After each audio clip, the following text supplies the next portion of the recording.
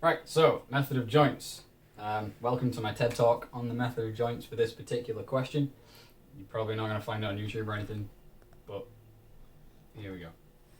So I'm going to use D as yeah, it's very funny. I'm going to use D as the actual joint that we're going to analyse, and that's why I've kind of drawn it a bit skew-if. So I'm going to split off this section so we can only see this bit. So first step, similar to the last one, we're going to make a free body diagram. So the free body diagram, yes, it's free, you don't have to pay for it. We have joint D and a force in these, and we don't know which way it's going. It's either tension or compression, we don't know that yet. I'm going to call that FCD. We've also got the joint of D2E, which is that angle. So we've got FDE, big F's. That's acting at that way, so that means that. I need more colours. This is an angle we don't know, and this is an angle we don't know. And same as before, we have 10 kilonewtons. Now,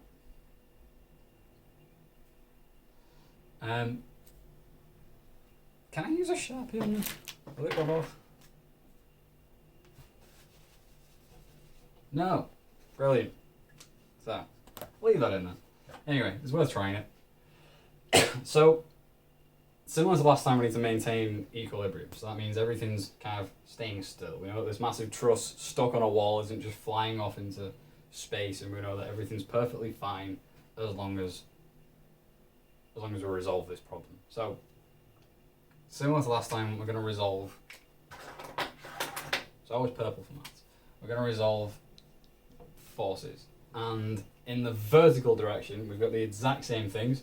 We've got this 10 kilonewtons. So the sum of the forces in the F direction, we've got 10 times 10 to the 3. And we've also got whatever component of FDE is acting in the vertical direction. So instead of cutting through the angle, we're going to take the sine and resolve it in that direction. So we've got that, well, minus 10 plus whatever FDE is times the sine of whatever alpha happens to be. So, because these are equal to 0, we can rewrite that as 10 times 10 to the 3 equals FDE sine 45. So we can actually work these through. So we know that, therefore, FDE is equal to 10 kilonewtons divided by this sine of alpha. And this sine of alpha we can kind of get to. How do we do that?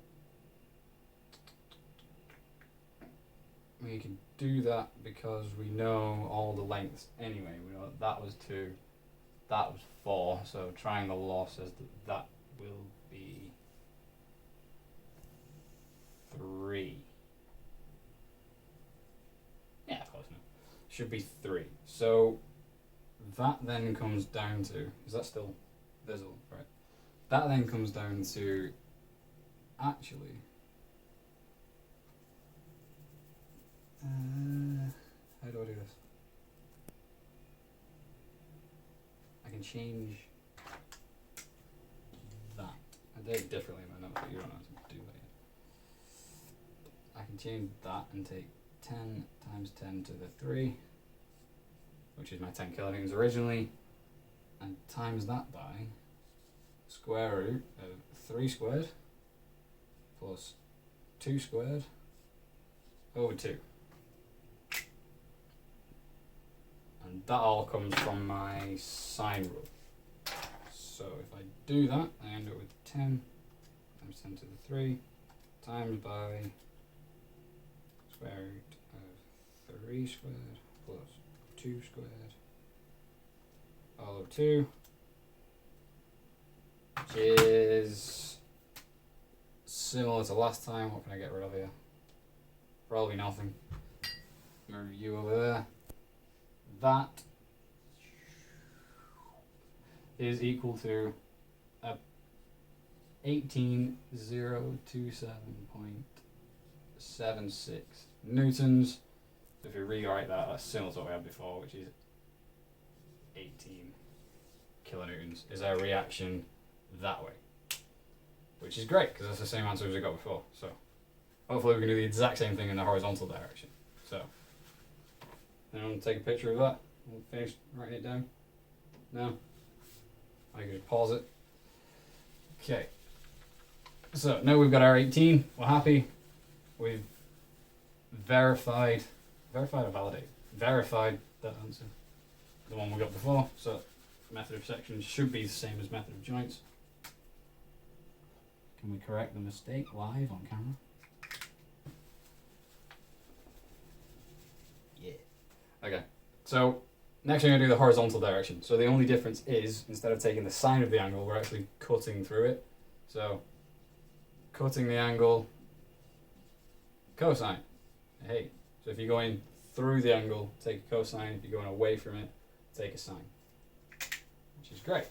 So we're going to take cosine of whatever angle we happen to have. Alright. That's nearly cold. Hey look, a brew in maths and nobody knocked it off. So we can take the force CD this time.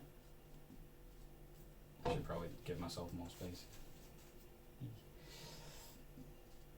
FCD is equal to whatever FDE is in the horizontal direction. Yeah? Brilliant. So, because we've already worked most of it out, and we've got the lengths, 3 and 2, then we can actually use tan for this. We can use tan for that angle because we know this. So what we can do is instead write that as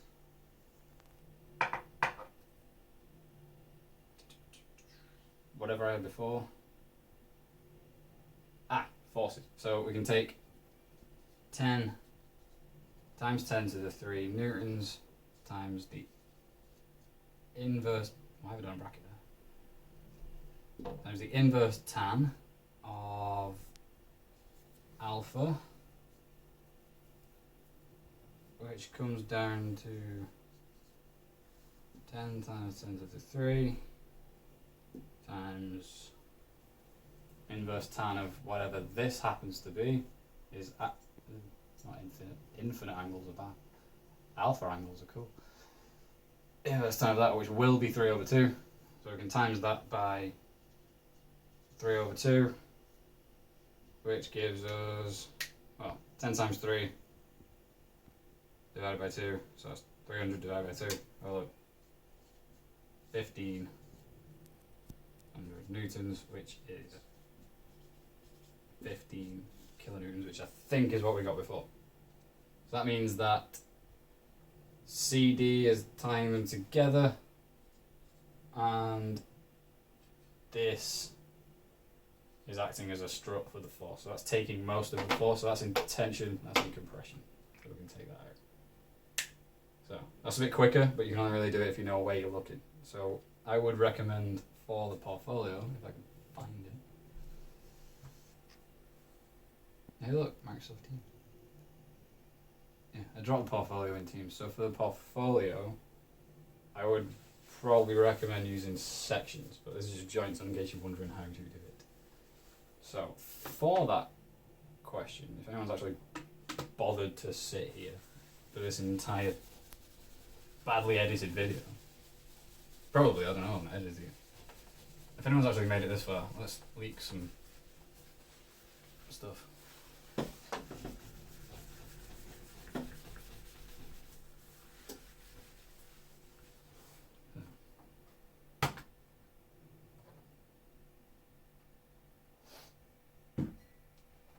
So we can actually leak some things in it. That's great. So in the portfolio, you have an equilateral triangle, which you can sort of, because it looks equilateral, you can just assume it's equilateral. I don't know if it is.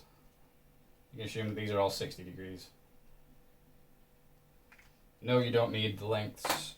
Someone, I can't remember who asked that. Was it Hazim? No, you don't need the length. You can actually just work out with it using forces, because that's all that the Truss question is, just based on forces. Now that you've got this weird spiky thing that comes out like that, and you've got something that does that. So we have a force there, and you'll have cheers teams. Not like I was reading that. Appreciate it.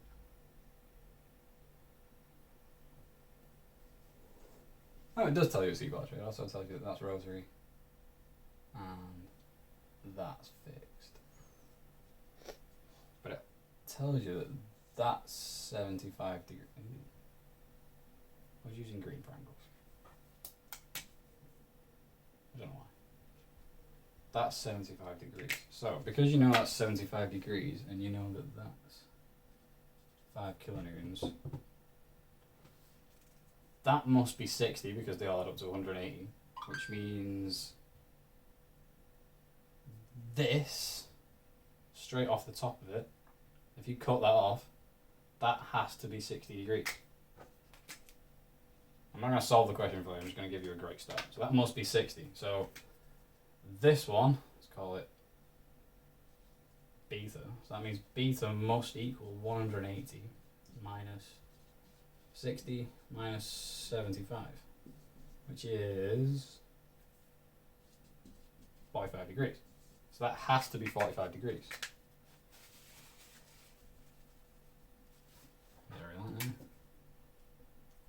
I know. So that sort of straight away resolves most of the issues. So how did Andrew label it? We've got A, B, C, and D.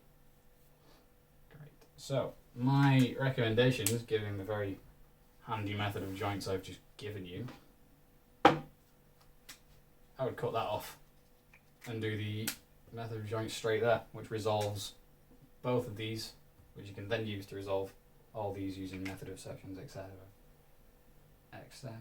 So, straight up, sum of forces in X, sum of forces in Y, and then you should get your reaction force. Yeah. Okay. So hopefully that helps. So do that one first, do that one second. I've done most of the start for you, but I can't do the rest of the question for you without actually accidentally solving it for you. So hopefully that gives you all a start. If you get confused, you can always rewatch method of sections, and I'll still be here until next Thursday, the Thursday after. Hopefully you're all doing pretty well. And that clears up most of the questions.